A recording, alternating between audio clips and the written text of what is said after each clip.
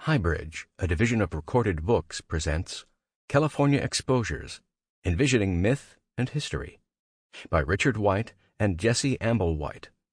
Read by Charles Constant. Publisher's Note: in this audio edition, you will hear references to photographs present in the print and e-book formats of the book. Preface. This book is a collaboration between a historian and a photographer who happen to be father and son. Relations between the present and past are fraught, but so too are relations between fathers and sons. We do not necessarily agree on the work a photograph can do. Jesse White has no illusion that his photographs are simple slices of reality. He selects, he frames, he alters, and he reacts. He regards a photograph as an artifact of a moment, a captured slice of time that was different before the now often metaphorical shutter clicked, and will change again the second after it clicked. I do not deny that this is true, but I also think, as I will explain, that every photograph reveals a history because every element in the frame existed before the photograph, and long before the photograph. Starting from a photograph, I can tell a story of a place by attaching the elements of the photograph, trees, buildings, land, animals, roads, levees, and more, to documents in archives, books, other photographs, maps, and memories. Our work focuses on three places with remnants of a fourth. In moving back and forth from place to place, I use the photographs to tell stories. When I stitch the stories together, the result is a montage that is also a history, a peculiar and very partial history of California. D Ranch on Point Reyes, the Tulare Lake Basin, and the lands of the co-joined San Gabriel and San Fernando missions are not the usual vantage points for writing a history of California.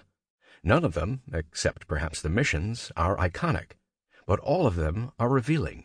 As I deciphered the photographs, I began to realize that they are like tree rings, in that big events and trends have left traces on them. It's the easiest to define the book by what it is not. It is not a photography book, although the photographs are its center, and without them there would be no book. It's not an art history book, which would focus more narrowly on the photographs themselves and on the photographer. Nor is it a conventional history, for in no histories that I know does the narration proceed from the photographs. Usually photographs illustrate the historical text. They are decorative.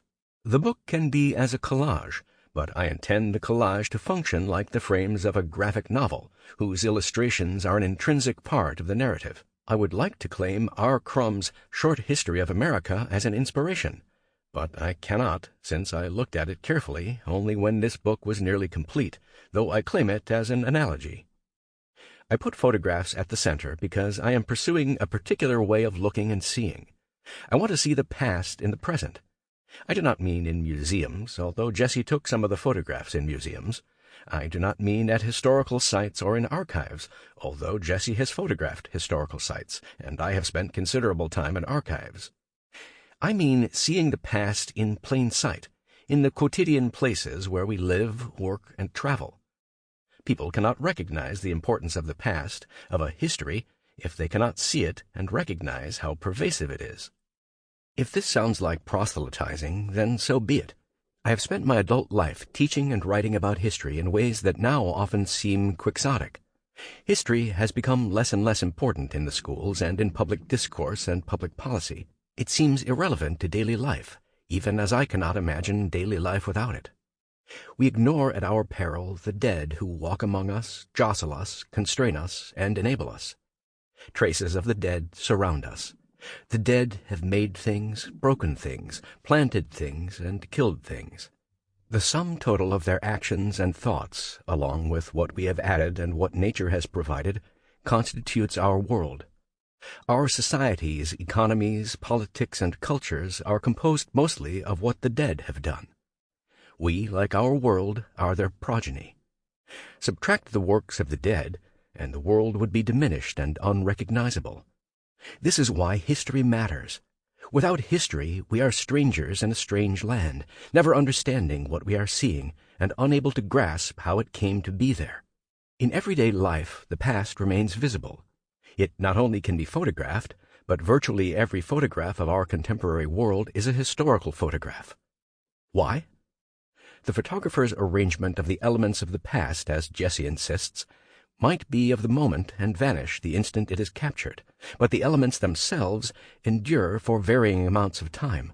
These elements are fragments of once more complete pasts. They lead away from their present configuration and into the past, into earlier and different configurations. But if the past is everywhere in our lives, why not just look around? Why do we need photographs?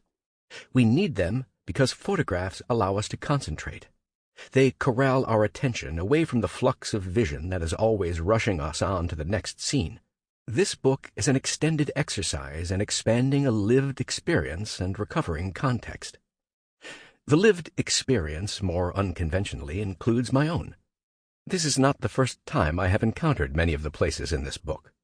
History is just one way that humans approach the past.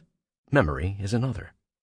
The personal does not belong in all histories, but I think it belongs in this one. I have several techniques not wholly compatible for using photographs. Some are more elliptical than others. I excavate, I dismember, and I associate. What I do with the photograph determines how a chapter unfolds. When I excavate, I usually concentrate on digging down into a particular place. In others, I follow the references I find in the image. I can move far from the site of a given photograph. Just as Jesse sometimes employed a drone to take a photograph, sometimes my views can hover above the photograph's subject as I seek a panoramic view. The result is that the chapters, like photographs, are not all of a kind. The asymmetry arises from the technique. The premise of my excavation is that a modern photograph represents the temporal top layer of a sedimentary construction that extends below it. I am engaging in a kind of historical archaeology without the shovels. Going through the sediments yields a history. The logic is spatial, and the goal is to recover what was on the site of the photograph at various times in the past. For this, I often use old maps as well as old photographs and contemporary descriptions. No sedimentary layer is pure. All around us are erratics, as geologists call deposited materials transported by glaciers from somewhere else. Space, the site captured in the photograph, always reflects time. When viewers concentrate on a particular space, they inevitably move backward in time. My second technique, dismemberment, approaches a photograph the way a coroner approaches a corpse. Dismembering a photograph isolates and explores a single element or group of elements. Coroners use parts of the body or alien objects present in the body to construct a larger story, a history of what turned a body into a corpse. The disease, the bullet, the split cranium all point to things beyond the body itself. Similarly, isolating and following the elements in a photograph can carry me to other places and to people connected to but separate from the places I am describing. I find these elements compelling because no matter how wispy they might seem, the photograph led me to them. Dismembering thus leads to the third technique, association. Association often connects me to previous attempts to understand and shape California's past. I have found that I am hardly the first person to think that I can see the past. Americans have not only told stories about California almost as soon as they arrived, but they have preserved the past, recreated the past, memorialized the past, pictured the past, and reenacted the past. All of these activities claim a visualized past in order to shape a future. The mythic stories of California are like the fogs at Point Reyes, where this book begins. They can seem to obscure the actual landscape until you realize they are parts of the landscape. Organization. Taken together, the chapters proceed roughly chronologically, as most histories do, but within chapters, time bounces around. Each chapter begins in the present, or rather the near past, the moment the metaphorical shutter clicked, before darting off into various sectors of the past. The guides to the narrative's path are the brief introductions of each part. I fully recognize that in harnessing photographs to history, I need to hold the reins tightly. These powerful images would just as readily pull the narrative along as myth, by which I mean timeless stories that differ from history. My first section is an examination of myths, and I do not use myth pejoratively. Myths are not so much falsehoods as explanations. Myths, as Richard Slotkin has written, are representations that collapse into a single emblematic story, the assumptions and values of a culture.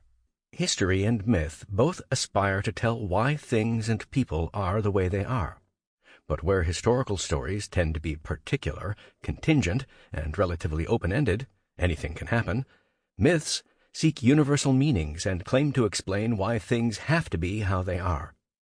The very framing, and thus meaning, of landscape photographs is mythic. Wide open spaces, men to match the mountains, home sweet home. Once a myth makes a photograph its host, the line between myth and explanation and reality, what it explains, nearly vanishes. While writing this book, I began to recognize that the three mythic stories about the origins of California that appear in the book's photographs, Sir Francis Drake and Discovery, the Mission myth, and the Gold Rush myth, are all just variants of a larger Anglo-Saxon myth of California that is remarkably hard to shake. It is the myth of the preordained white man, the idea that California always awaited the white men who would give the state its proper form. Another set of myths belongs to native California. They revolve around the character known as Coyote. My goal in examining these myths is not to debunk them, but to historicize them, treating them as consequences rather than causes. The first three parts of this book examine myths and then yield to parts focusing on property and capital. Their chapters usually concern the simultaneous process of dividing and allocating land and the new connections that the movement of people and capital forge between what has been severed. The last parts seek to reunite the myths and the culture they inform with the economic and social realities of modern California. Here the span between the taking of the photographs and the pasts they reveal are foreshortened. This book began as a wager between Jesse and myself. I bet I could turn his photographs into a history of California. I have lost the bet. What follows is too partial to be a complete history. The book is more a proof of concept than the complete history of California I envisioned. The time and topics that the book covers are critical, but they are not complete. I touch on the state's deep racial divisions, but Watts, for instance, lies outside the frame. I spend time on technological innovation, but Silicon Valley, where I teach, lurks only around the edges. The rise and rapid decline of the state's educational system and Proposition 13, which precipitated the decline, receive only glancing mention in the book. The state's frequently peculiar politics sometimes enters the story, but more often does not. The photographs led me to pursue 5 themes. The first is the mythic structure of California, the California dream, that California politicians still refer to. The second is environmental transformation, for better or worse, which accelerated rapidly with American conquest and whose consequences pose immense challenges today. The third is California's self-image as a land of individualists and its reality as a creature of the state, both the state and federal governments. The fourth is the hybrid nature of the place, not only in its environment but in its population. That today California is a majority-minority state with no single racial or ethnic group forming a majority was not inevitable, but it was foreshadowed in the 19th and early 20th centuries. California's American history began in 1848, when the United States annexed Mexican territory, and more than any other part of the United States, California has grasped the Pacific and Central and South America as essential to its identity and future. It is no wonder that Asian and Latino immigrants and their descendants form such a large proportion of the state. The fifth theme is the dynamism of the California economy, which began less with the gold rush than the agricultural developments of the 19th and early 20th centuries. Economic promise and individual opportunity have been hallmarks of the California dream since the gold rush, but large periods of the state's history have been marked by dangerous levels of economic inequality. I may have lost the wager with Jesse, but few bets have proved more profitable to me. I am astonished at what a photograph can reveal. I do not have to pretend that it reveals everything. In California, as elsewhere, history will never displace myth and memory. Its goal is not to eliminate them, but to encompass them. Part 1. Drake's Dream. There is an old dory at Point Reyes National Seashore, lost among the weeds of D Ranch and decayed nearly to the vanishing point. I had passed it many times, but I did not really think about it until Jessie photographed it. It took a while, but the photograph reoriented me. It emphasizes the dory's slow decay, but Jessie framed the picture so that the boat points to the strip of sea between the land and sky in the background. The D Ranch sits on the edge of the continent. The boat decays, the sea endures. D Ranch had been a working ranch when its residents last used this boat. They took it to the sea and hauled it back to the ranch regularly until one day they no longer did so. The photograph made me wonder why they went to the sea and why they stopped. Photographs lead the viewer to wonder and ask questions about the spaces within the frame of the photograph. Those spaces have names. Those spaces have often been mapped.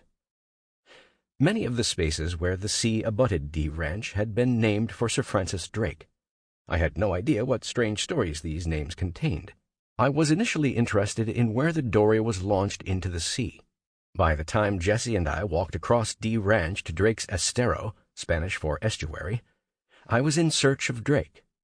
Drake had landed on North America before Roanoke, before Jamestown, before Plymouth. In the 19th and 20th centuries, people attached great significance to his being the first Anglo-Saxon. To look for Drake was to encounter the Anglo-Saxons as the founders of California.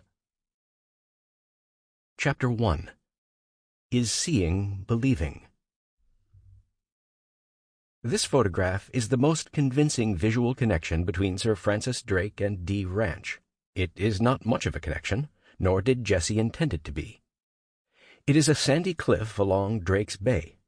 Jessie took it, I think, because the lines the water etched on the beach parallel those on the cliff, which disappears into the fog as it recedes into the background. Only later did I realize that these were presumably the cliffs Drake's crew said reminded them of the White Cliffs of Dover. Connections to Sir Francis Drake come easily when you are walking along a beach on Drake's Bay. To get to D Ranch, Jessie and I had driven down Sir Francis Drake Boulevard. We were walking to Drake's Estero, which supposedly contains Drake's Cove. If history had billboards at Point Reyes, they would all advertise Sir Francis Drake. But the advertising campaign is relatively recent. The names connecting Drake to Point Reyes officially appeared only in the late 19th century with the U.S. Coast Survey. In the 17th and 18th centuries, Drake's name was sporadically attached to the modern Drake's Bay, but was also applied to other sites. For a time in the 19th century, Drake's Bay was known as Jack's Bay, a name still attached to an inlet at its head. Nobody is looking for Jack, but Jessie and I were walking the beach below the cliffs because I had become the latest in a long line of people looking for Drake. One morning at the end of May 2014, the two of us left the old buildings at D Ranch to walk to Drake's Estero. The names had awakened questions about a ship that Drake had supposedly careened, that is, heaved down to expose its hull for repairs, near the site of the old hunting cabin at D Ranch. We were walking only a few miles, but we hoped to travel back roughly 4 centuries. We thought that if we could see what Drake had seen in June and July 1579, we could find him and his ship, the Golden Hind. We would, at least figuratively, see his ship as clearly as I saw the rowboat on D Ranch. Thinking about the dory and the things salvaged from shipwrecks had led me to the archives to find out how people got from D Ranch to Drake's Bay and to Drake's Estero.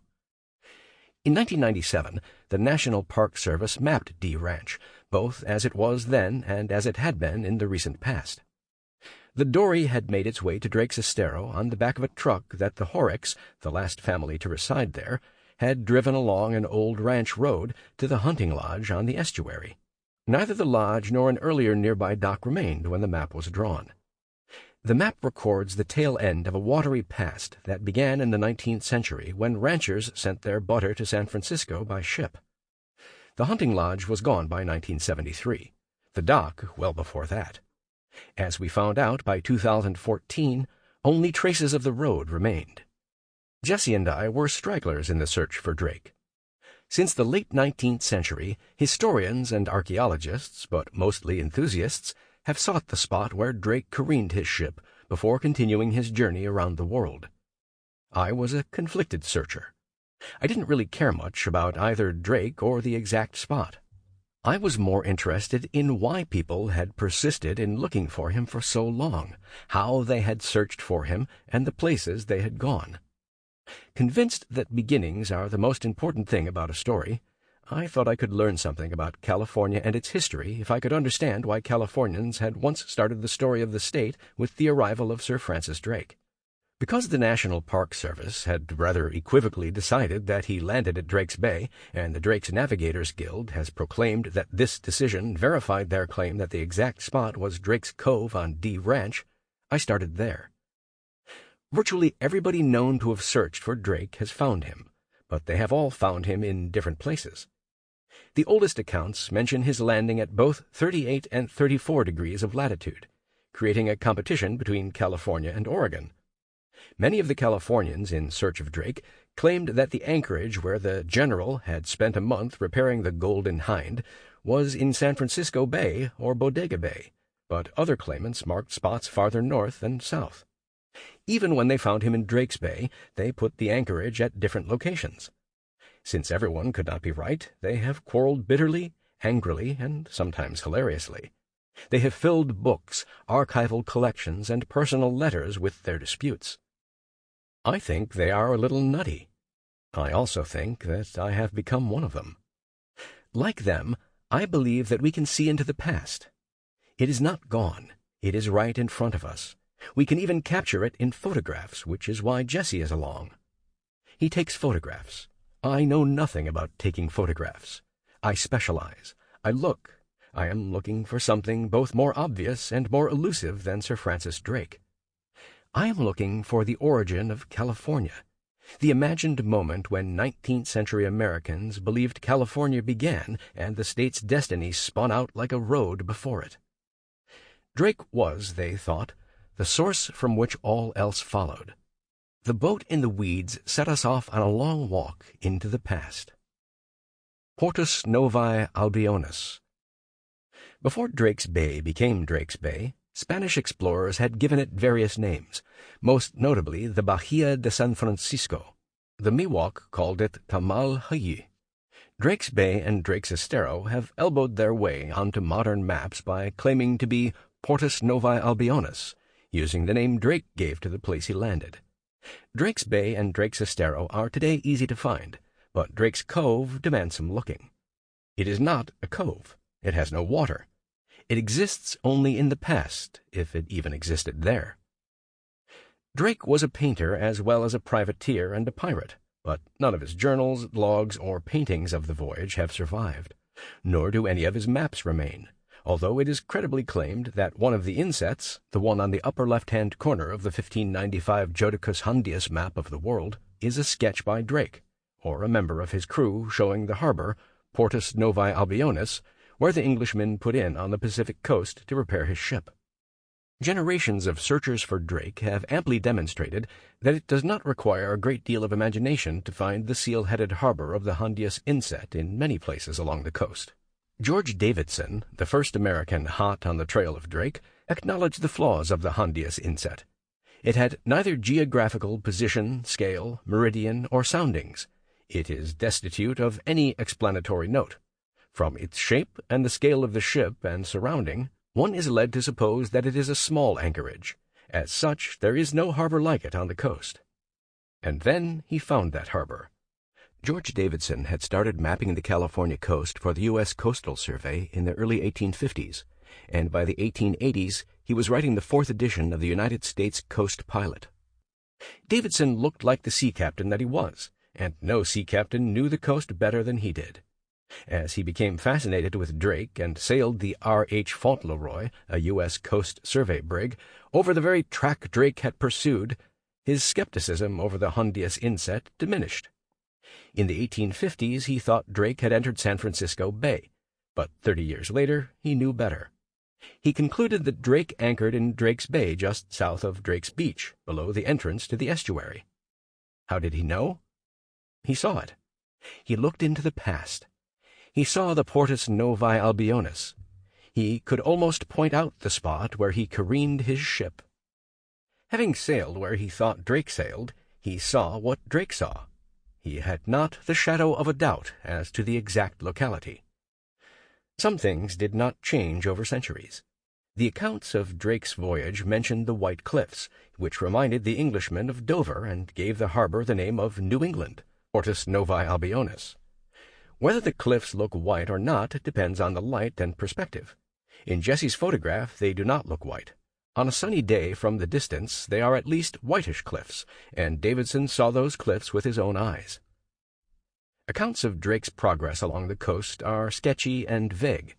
By contrast, Davidson's description of the Englishman's route was full and detailed, because he was not really describing Drake's voyage in the 16th century, but rather his own in the 19th. Davidson wrote as if he were standing beside Drake. He was steering to the southeastward. He could already see the wooded sides of Tamalpais. He would also note the low, small black rock.